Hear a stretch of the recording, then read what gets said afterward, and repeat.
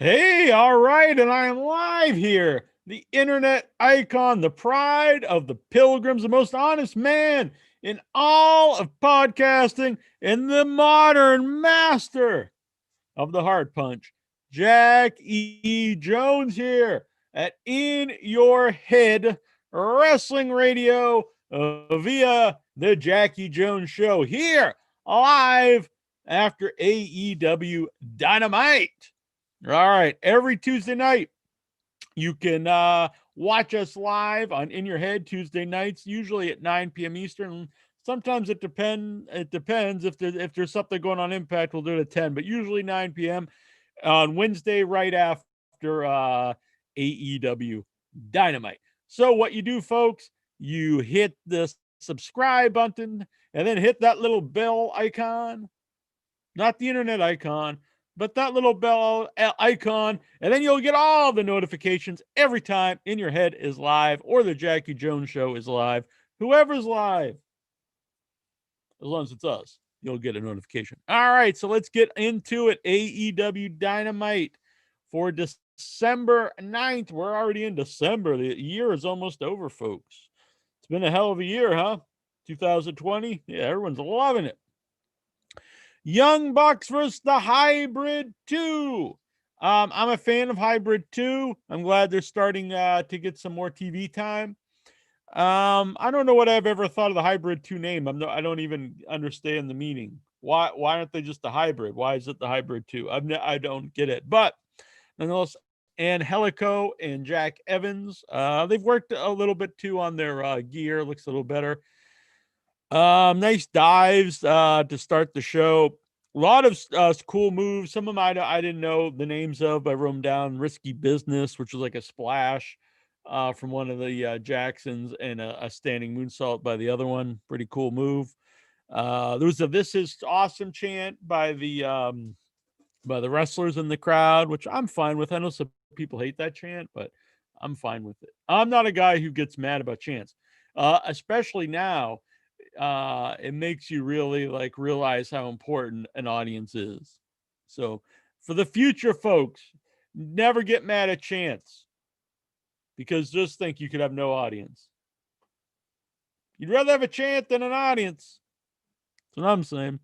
Double super kick. I thought was a finish, was a kick out. I started to get so they built up to what I thought was the finish. So they did the double super kick, they kicked out.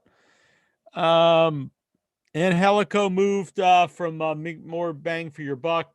Matt's really selling the knee. I thought this was going to lead to the upset finish, which would have been cool.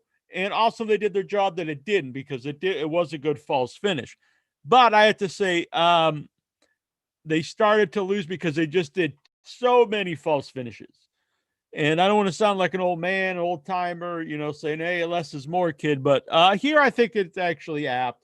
They did too many things that should have been finishes. And then instead of building up to the big one, I think it went a little past that. And then it kind of lost me the match. Another thing is, this is like the first time that they fought each other, as far as I know, on Impact.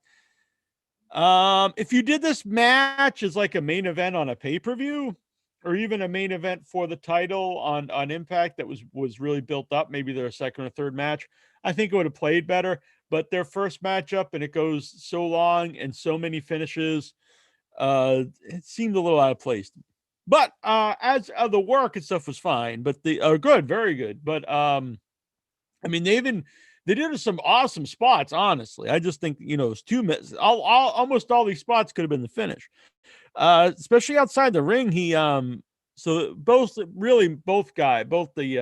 Young Bucks catch Jack Evans outside the ring, and Matt holds him up, and then Nick gets in the ring, and they do the Meltzer driver outside the ring on the floor, which is pretty crazy, because if they ever hit that move anyway, they get the win. To do it on the floor, should be like the guy's injured. I thought it was interesting. I mean, note they didn't call it the Meltzer driver, though. They called it a tombstone driver. I don't know, pile driver. I don't know if they're getting away from using Meltzer's name on the show. I don't know. But then the match, like I said, the match just kept continuing. And then they finally got the win with one of the variations of the V trigger, which I think that whole group does the V trigger. Good match with just so much stuff. The Acclaim run in, and then SCU runs in for the save. So I guess we're gonna have the Acclaim versus SCU, which I think then we'll build to the Acclaim versus Young Bucks, which that makes sense. But just to reiterate, way too many finishes, especially for the opening match. It really wasn't like like a built-up feud or anything. So just too much stuff. MJF promo on Orange. This was just a good short thing to plug their match later in the show. I dug that. Video package on Darby Allin, which I really dug this. I assume this is one that Darby did. I always like his vignettes. They're very stylized and very entertaining to me. They did an ink test, which this was good. He's seeing all the guys he's going to be feuding with, and then it ends with a Sting, and he just kind of laughs. I like this. It was good. It helped build up the match too with him and Brian Cage, because Darby's like, this is a guy that that I've always dealt with since I was like in school. Insinuating like he was the big jock bully. Totally works for me. Simple story, and it works. Cody Rhodes entrance. He's got the huge, very dramatic entrance. Darby's up in the crowd. Sting comes out. Arn Anderson goes in there and he's like, I just got to see if this is real. It's a nice little touch. So he builds up to Sting like, he's like, hey, Tony Schiavone, get in here and give me a big hug. So him and Sting and Tony hug, first time they're in the ring together in 20 years on TNT. It's pretty cool. And he just like, he begs him, like, well, not begging him, but he's like telling, give me this, it's Sting, give it to me. And so Tony gives him, oh my God, it's Sting. It was a fun moment. I liked it.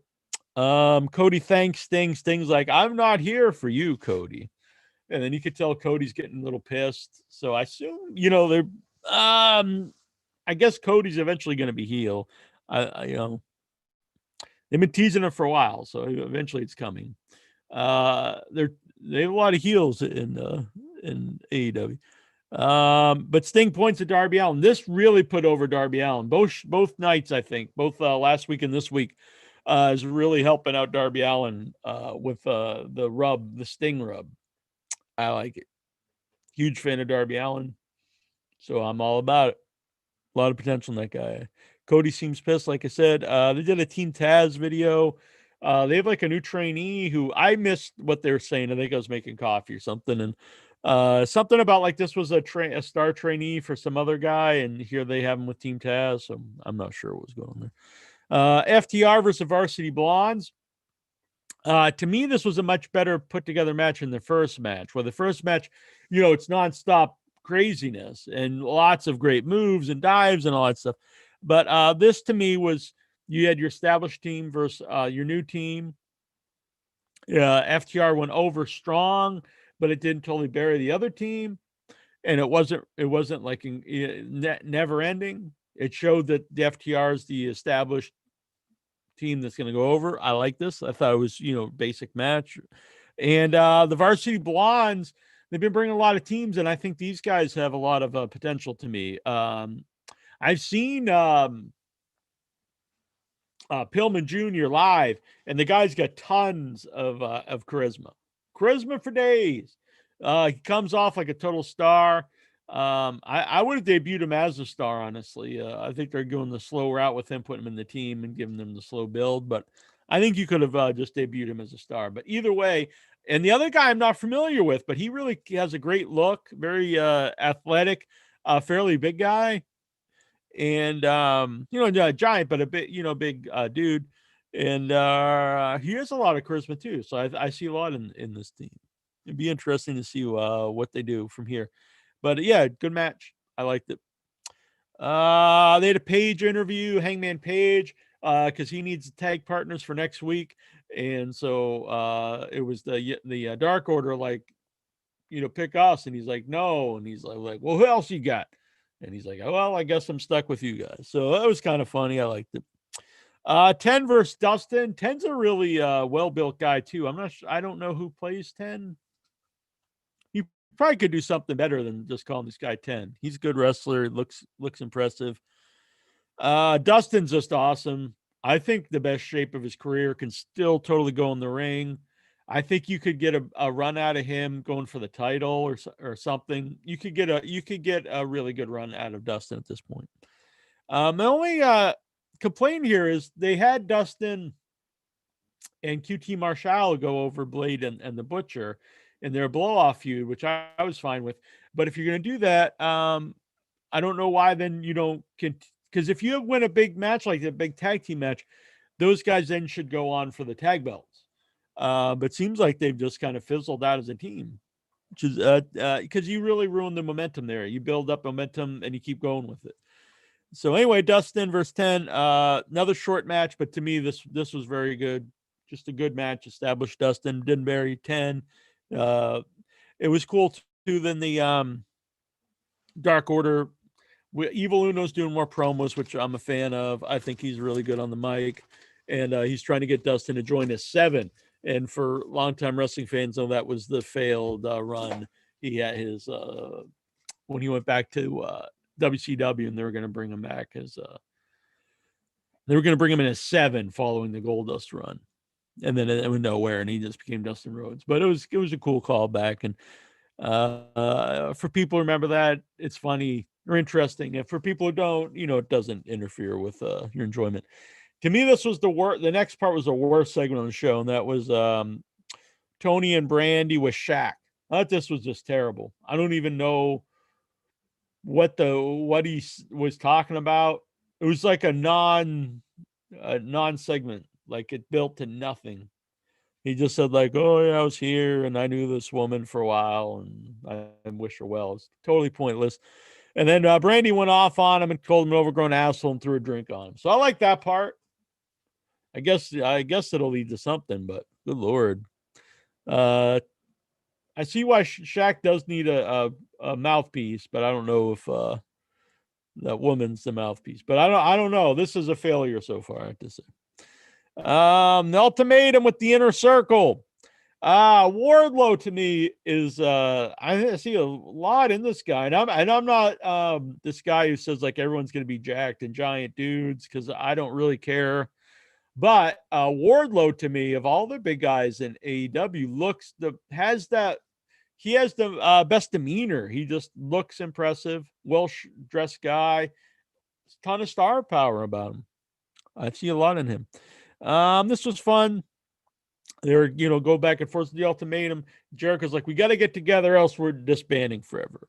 One of the Proud and Powerful wasn't even there. I think it was Ortiz says like, he's like, you've grown on the MJF, just shake his hand, Sammy. And Sammy before is like, he went off on saying nothing to do it. So eventually Sammy shakes his hand and says, if this goes wrong, I'm going to quit. I really like the Hagar and Wardlow interaction. The two big dudes kind of staring each other down. Eventually, we'll have a match, I guess, between them. I'm loving it. Max, you're ruining it. Jericho was yelling at him. And then finally, they all get together and do a mass flip off to the camera, all 5 or 6 of the guys. So this was fine. I don't think it was fantastic, but it was fun. I like everyone involved. Golgo, he looked like Uncle Fester 7. He did. And one of the 7 vignettes, he was looking into a little boy's bedroom window. Yeah. That's a very much talked about vignette. I mean, I think the idea was he was like a boogeyman, not like he was, Victor Salva kind of dude or nothing. Marvez or Tazo. Tazo's good. Marvez with FTR and Tully. This was good because to me, it was just kind of setting up that they know their mistakes of losing the titles. They're not going to make them again. The units are back on track, and they have their eyes set on the title. Basic stuff, good stuff. Tully, it's a unit. Tully is all in with them. They're all in with Tully. They have some stuff that they could blame the loss on. Tully wasn't there with them. He wasn't allowed there. And Dax, he made the mistake. He did the dive. They're the no dives, no flips guys, but he did it because he was trying to trying to one up them on their own game. And I like that whole thing because I thought that's good psychology. It was like built up to years of those guys being the no flip guys. So that worked. And I like that, they see the error of their ways. And so it shows that these guys are still good. So they'll be going for the titles. And I like that they have their eyes set on the belts. Eddie Kingston, immediately it comes out and I was like, this is better, Eddie. You've got better gear. This works better for you. One last thing, Eddie, wear a less tight top and you'll be good to go. The black and the long pants look much better on you, but you need a top, maybe just like a shirt. The tight, it shows your belly. Hey, I got a belly too, so I'm not picking on you. I'm just trying to tell you, hide the negatives, because that's, to me, your only weakness. Mike Lopez. Hello, Jack. Hello, Mike Lopez. You're a good man. All right. If anyone donates $10 or more this evening, the super chat, I will send you an autograph photo. And by the way, Gogo13, I got an early Christmas present from you today. I did not know it was from you. It was from Amazon, so I opened it, and here it's a Christmas present. I will reopen it on In Your Head this Tuesday. I won't pretend I've never opened it before, but I'll open it for the world on In Your Head Tuesday so everyone can know what a hell of a guy Gogo13 is. All right. So Eddie Kingston with Butcher and Blade. I like this whole team. I really like Butcher and Blade. I like Eddie Kingston. And they reverse the Lucha Bros and Lance Archer.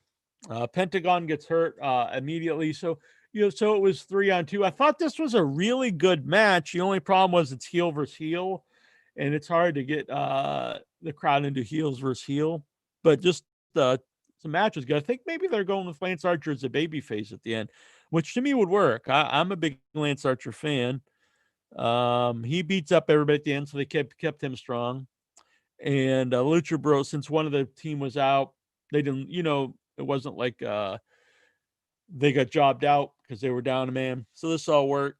I'm a big Jake the Snake fan. He's looking pretty rough. I mean, I know he's lived a rough life, but he hasn't looked too bad, I didn't think, lately. But he looked like he's gained a lot of weight and lost a lot of hair. Red Velvet was being beat up backstage by Jade, and she's got like a whole group of people with her now, Vicky Guerrero and somebody else. Real quick segment. It was fine, but like I don't think they've done enough with Red Velvet for anyone to care that much if she's getting beat up. Abaddon's becoming one of my favorite women in wrestling. I like horror movies, if you can tell, and so she plays. She's a creepy character, and it works. Sometimes that kind of stuff comes off hokey to me, but in the world of wrestling, this one works. She comes out crawling in the ring. I like the whole look.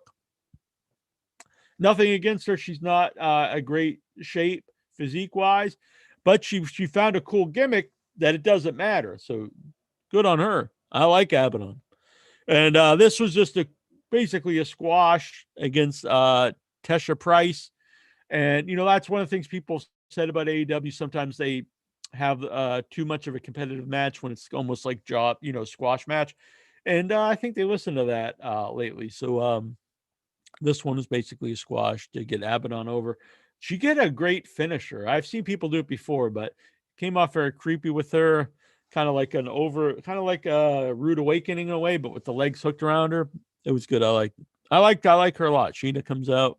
So Abaddon versus Sheena's coming up. People give a lot of shit to the women's division in AEW, but I think they've improved it. Abaddon's very good.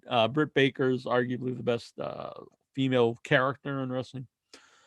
Inner Circle backstage, a quick promo just saying that now that they're a unit, they're going to be representing their boy MJF at ringside. Don Callis and Kenny Omega.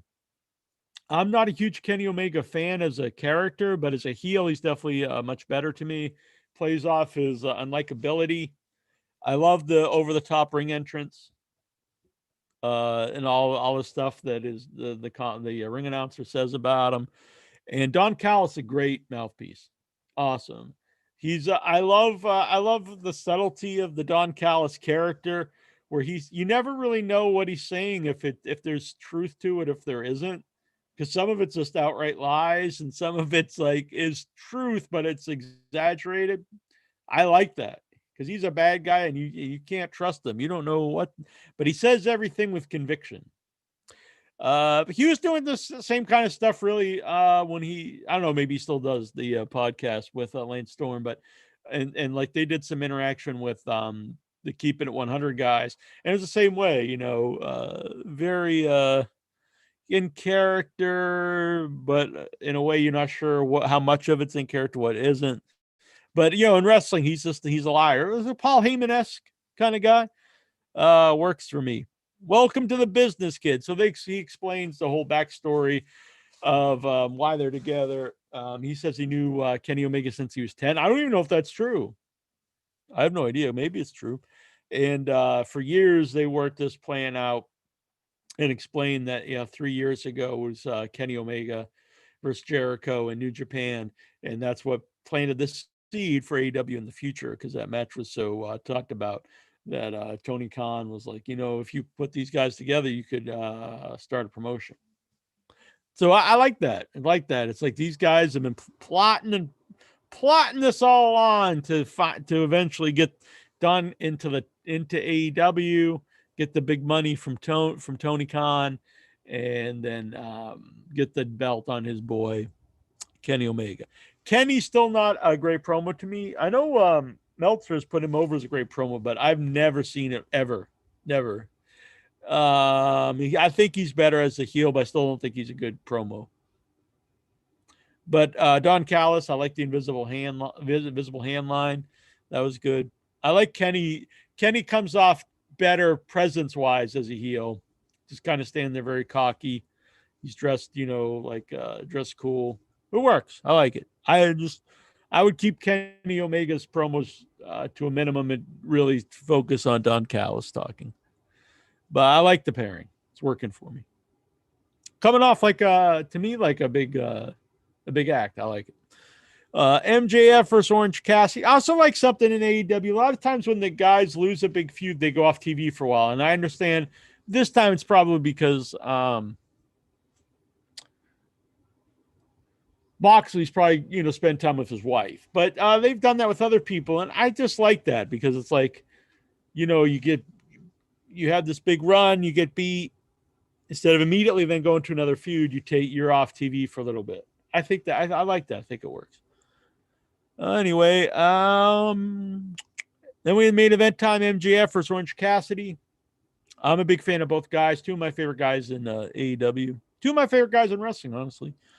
This was a good match. MJF playing the big guy because he is bigger than Orange Cassidy, and Orange Cassidy does well playing the underdog. Orange didn't do so much of his shenanigans, I don't think, in this match. It was more a traditional babyface heel match. And it was really old school match. MJF played the bigger heel, and he worked over the hand, which made sense because his finisher is the orange punch. So he works over the hand. He can't hit the finisher. If he does, it's also hurt. They built up to him finally hitting it, which was a great false finish. And he also sold that he hurt his own hand. He hurt himself doing the finisher because his hands hurt.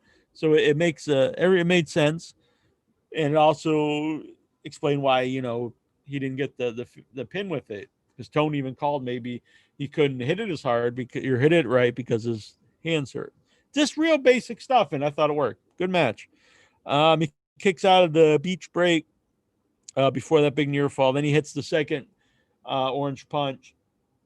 And they put his leg on the rope, and we get MJF. Miro runs in. That's right. Miro runs in and just takes Orange Cassidy's head off of the clothesline. I don't get I'm a huge fan of Miro. He looks awesome. He's a great wrestler. I just don't understand the character whatsoever. I don't get the pairing with the other guy. He said originally why he was wearing the goofy clothes was that was all he could get, but either he decided to run with that after, or he just lied and this was going to be what he's wearing, like these weird. I don't get it though. I just don't understand it. It's not working for me. But Miro as a guy, as a wrestler, is awesome, and he just beat the shit out of all the security, threw one guy off the thing. That's great stuff, but I just don't get the look. I don't get the pairing with the other dude. I think the other guy should just be his manager because I don't really care for him a lot. But maybe if he was just a manager, he'd be fine. You could take bumps and maybe do tags once in a while, but it's more like he's like the star of the duo. I don't just don't understand it. So this was another loss for Orange Cassidy, which I do think he's really racking up the losses after going over Jericho, which I do think's a mistake. Get all that momentum, and you put him over, your biggest star and most established guy in the company, and then there's the follow up is he loses all his other feuds. And I don't think that's smart booking. At the same time, I don't think he's buried by any means. But you can't if you keep losing, you eventually won't be over. Orange without the crowd, there's some of that is gone, but still they did that such a good job, really establishing him as a top guy, beating Jericho, twice on pay-per-view, and then to follow up with just loss after loss after loss. I don't think that was smart, but overall, I dug this show. Honestly, I like the whole show pretty much. Just a few things, Red Velvets, anything with the Shaq stuff, I wasn't big on. And I just thought that opening match, just like they went all out. So don't get me wrong, but it was really just that match shouldn't have been like this epic, a million false finishes matches. If this would have been their third match, I'd get it, but not their first match. Not even for the non-title match in the opener. I didn't understand that. But anyway, I still enjoyed the show. The Sting stuff comes off really big. The Shaq stuff doesn't. Don Callis and Kenny Omega come off like a big act to me. Then you got MJF. You got the Inner Circle. A lot of stuff going on here. And I'm looking for. I thought Tony Khan was supposed to be on tonight. I know some people were bitching about that. I don't think he was on. If he did, I missed him. But anyway, I dug the show. I'm looking forward to seeing where the Sting storyline goes. Looking forward to where everything goes. I think Lance Archer will be turning babyface, which I do need some more baby faces because they've got. Because I think Cody's going heel. Kenny Omega went heel. Miro's a heel. You got the Inner Circle's heels. Yeah, for your babyface, you got Orange Cassidy and Darby, I guess. That's like your two big baby faces. So I like both those guys. But all right, well, I think that's it for tonight. Oh, I did want to I'm going to mention something real quick because I saw these. I was perusing the WWE Shop Zone. By the way, if you have anything you'd like to hear on the Jackie Jones show, stuff we don't cover in Your Head, so like funny or weird wrestling merchandise, something like that, email me at jackinyourhead@gmail.com. So yeah, last night there's some weird stuff. And on the show, if you watch In Your Head, they had Tales of the Greek. Weird times. All right, here we go. So I was looking at the Shop Zone. They had a bunch of stuff on clearance. I'm just going to show you a couple things.